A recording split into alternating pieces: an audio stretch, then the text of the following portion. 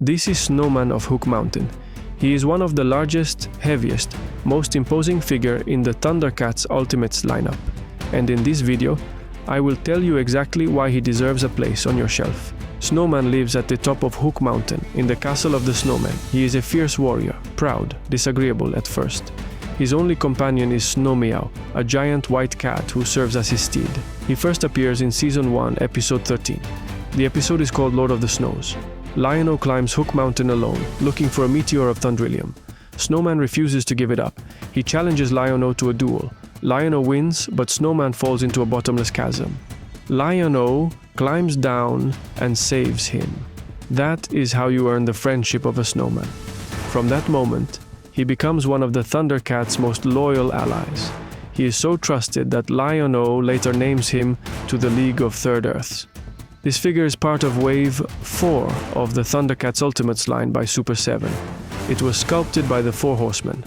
Wave 4 also includes Monkian, Pumra, and Link-So. Before we look at this figure in detail, let's go back to 1986.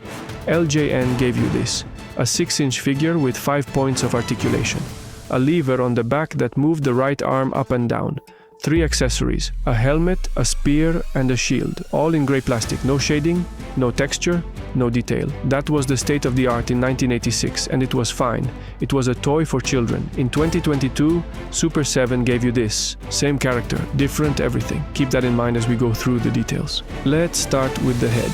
The entire face and skull are covered in sculpted brown fur, dense, layered, natural looking. 2 small round ears sit close to the head, subtle but accurate to the cartoon. The defining feature of this face, the walrus's tusk-like whiskers. They hang down from the upper lip, ivory white, thick at the base, tapered at the tip. They are not decorative, they are the first thing you see. The eyebrows match. White, arched, heavy. They give him a permanently stern expression. The eyes are simply black, detailed with painted white highlight. It is a deliberate choice, clean, cartoon accurate, and it works. Now, the body. Snowman wears a tunic in dark blue-gray hard plastic. Structured, armored, in feel.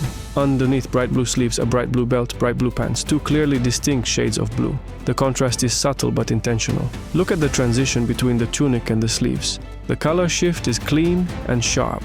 The belt and the lower hem of the tunic are in soft rubber. This matters for articulation, as we will see in a moment. The star of the sculpt is the fur piece on the chest and shoulders. It is a separate, soft rubber element. It sits over the torso and moves independently. The sculpting on this piece is exceptional. Deep grooves, individual strands, real volume, a sense of weight. Turn the figure around. The back is just as detailed as the front. Full coverage from shoulder to waist. No shortcuts taken. That is not always the case with figures in this price range. The boots cover the entire lower leg and foot. They simulate fur as well, in hard plastic. 3 distinct textured bands stacked vertically. This is the only area on the figure where Super7 applied a shading technique. A light dry brush effect darkens the recesses between the strands. It creates depth. Now let's talk about the helmet before we move on.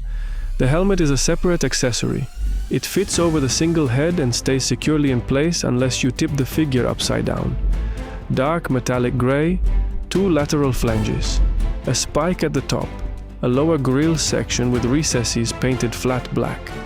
Through the upper visor opening, Snowman's black eyes remain visible. It is a small detail, but it makes the helmeted version feel alive, not masked. The helmet transforms the figure completely. Guardian, Knight, champion of Hook Mountain. Snowman has 15 points of articulation. Let's go through them one by one and be honest about what works and what does not. Ball joint at the neck, good rotation, minimal tilt up, down, and side to side. The head sits naturally in a neutral position, no balance issues. An almost hidden joint sits just below the chest fur piece. It allows the torso to arch backward into a dominant, imposing stance. You will not get a forward crunch. For this character, that is acceptable. Snowman does not crouch. He looms. The shoulders are hinged swivel joints. Arms raised to shoulder height comfortably. Full overhead raise is not possible. The rubber fur piece on each side creates resistance. Again, acceptable. The poses this figure suits do not require arms above the head. The elbows are hinge swivel, hidden under the tunic sleeves. Bend reaches almost 90 degrees. The sleeve plastic limits full rotation slightly. The wrists are hinge swivel as well. Tilt up, tilt down, rotate. Here is the first real limitation. The wrist rotation is loose on this figure. If you are holding the ice lance at an angled pose, the wrist may slowly drift. Set the pose, check it, adjust if needed. At the waist, a pure swivel. Clean rotation left and right. No tilt. The hips are hinge swivel. Good range forward, backward, and outward. The rubber at the tunic hem and in the inner thigh area allows the legs to open freely. However, the hip joints are the loosest on this figure. The body is heavy. Gravity works against wide or dynamic leg poses over time. For static display, this is not a problem. For action poses left overnight, it can be. Thigh swivel for rotation. The knees bend at the mid-boot joint. The range is limited by the bulk of the boot itself. You will not get a deep knee bend, but you can get a convincing wide fighting stance. The ankles tilt up and down, and side to side. The range here is small. In a wide stance, getting both feet fully flat on the surface requires patience. Small adjustments, check stability, adjust again. Now, the accessories. Snowman comes with 3 weapons. All 3 are in translucent, semi-opaque plastic. Under standard white light, they appear pale, slightly chalky, almost milky white. Under blue, RGB light, everything changes. The translucent plastic catches the light and scatters it.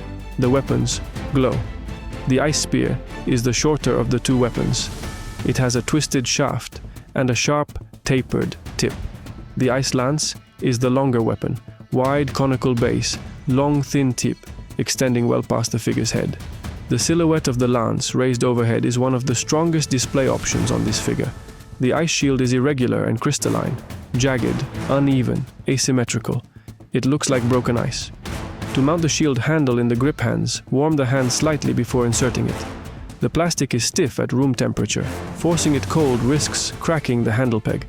30 seconds of warmth in your hand is enough. Snowman also comes with 3 pairs of hands. Relaxed hands, installed by default. Gripping hands for the weapons. Closed fists. All 3 pairs have sculpted brown fur on the back, a detail that rewards close inspection. The fists deserve a mention. Raised fists, arms wide, legs apart. That pose works. It communicates exactly who Snowman is. Immovable. Ready. Before we get to the verdict, let's talk about scale. Snowman stands next to a SH Figuarts Goku and a NECA TMNT in these shots. Both are well-known benchmarks for 7-inch scale figures. Snowman is taller than both, but more importantly, he is wider than both. The mass of this figure is unlike anything else in the ThunderCats Ultimates lineup. He does not just fill the shelf, he dominates it. That presence is not an accident. It is exactly who Snowman of Hook Mountain is supposed to be. Is Snowman of Hook Mountain worth buying? Yes, without hesitation. At launch, he cost $55. On the secondary market today, he sells for $40 to $45. He has come down in price, and the figure has not changed. You are getting a 7-inch figure sculpted by the 4 horsemen. 15 points of articulation, 3 translucent ice weapons, a wearable helmet, 6 hands, a level of detail and presence that the 1986 LJN figure could not have imagined. The limitations are real. Loose hips and wrists, restricted ankle range, no dramatic dynamic poses. But Snowman is not that kind of character. He is a guardian. He stands his ground. A wide stance, a raised ice spear, and the helmet locked on. That is the display pose, and it is one of the best display poses in the entire ThunderCats Ultimates lineup. One genuine regret: no Snowman.